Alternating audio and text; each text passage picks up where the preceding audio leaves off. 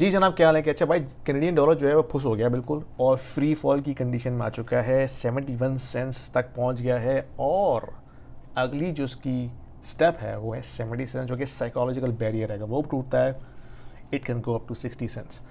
अच्छा, अगर आप मेरे रेगुलर फॉलोअर हैं तो आपको पता है कि मैं कब से ये बात कर रहा हूँ कि जैसे ही Bank of Canada rate cut करेगा और जैसे ही हम डाइवर्ज होंगे यूएस की मॉनेटरी पॉलिसी से, तो कैनेडियन डॉलर पे बहुत प्रेशर आएगा, it can collapse and literally what we are saying.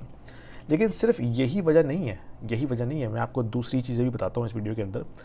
एक और जो वजह है कि कैनेडियन डॉलर इतना गिर रहा है वो है यूएस डॉलर का खुद स्ट्रांग होना। यूएस डॉलर को हम मेज़र करते हैं DXY इंडेक्स के ऊपर। अगर आपको नहीं पता, गूगल कीजिए, आपको नज़र आ जाएगा। वो दुनिया की जो 5 मेजर करेंसीज हैं उनके अगेंस्ट यूएस डॉलर को मेजर किया जाता है, जिसमें कैनेडियन डॉलर शामिल नहीं है। तो उस DXY इंडेक्स पे यूएस डॉलर स्ट्रांग हो रहा है। सितंबर से लेकर अब तक 6% जंप कर चुका है। ठीक है, तो यूएस डॉलर ग्लोबल इकॉनमी में स्ट्रांग हो रहा है, जिसकी वजह से कैनेडियन डॉलर पे मज़ीद प्रेशर आ रहा है। एक तो उसकी जो अपनी इंटरेस्ट रेट डिवीजन पॉलिसी है उसकी वजह से आ रहा है, प्लस यूएस डॉलर के एक्सपेंसिव होने की वजह से भी आ रहा है। तीसरी वजह यह है कि जब से ट्रम्प का इलेक्शन अनाउंस हुआ है उसके बाद से टैरिफ ये बातें चल रही हैं। अब टैरिफ क्या है चीज़ है? टैरिफ बेसिकली दूसरे कंट्रीज़ को कह रहा है ट्रम्प के भाई तूने 10% हमें मज़ीद जो है वो ड्यूटी पे करनी है अपना स्टफ़ यहाँ लाकर बेचने में। ये टैरिफ है।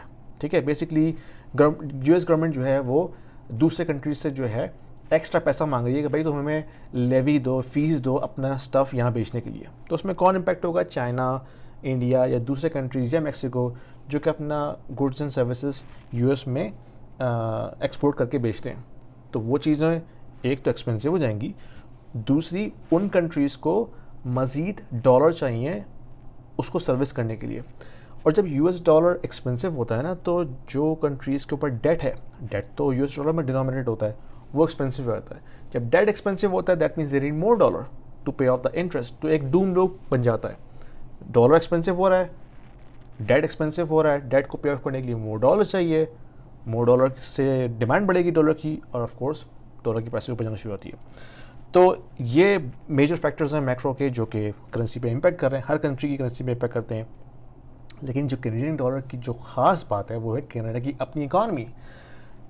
पिछले कई वीडियोस में मैं आपको बता रहा हूँ कि कनाडा का जो मसला है वो है प्रोडक्टिविटी का डिक्लाइन होना।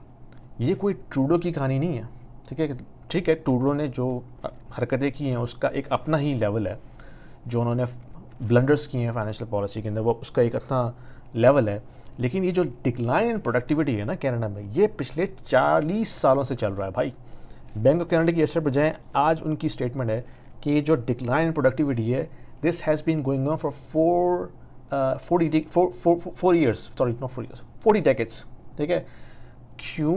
क्योंकि कंपैरेटिव नहीं है ना policies, higher taxes, less comparative environment, a lot of monopoly, oligarchy को तो कंपैरेटिव ही नहीं है। अब एयर कनाडा से मैं ट्रैवल किया, फ़्लाइट डिले हो तो डिले है, जो करना है कर लो। कोई कंपैरेटिव नहीं है ना कि लोग कस्टमर छोड़ के एयर कनाडा को दूसरी एयरलाइन पर जाएं। कोई और दूसरी एयरलाइन है ही नहीं, वेस्ट जेट आई, उसको बाय कर लिया, सही है। अब किसी दिन पोर्टर को भी बाय कर लेंगे ये। तो जब इन्वायरमेंट कंपैरेटिव नहीं होता तो यही होता है, प्रोडक्टिविटी ग्रो नहीं करती तो इकॉनमी ग्रो नहीं करती तो बाहर से कैपिटल कैसे आएगा?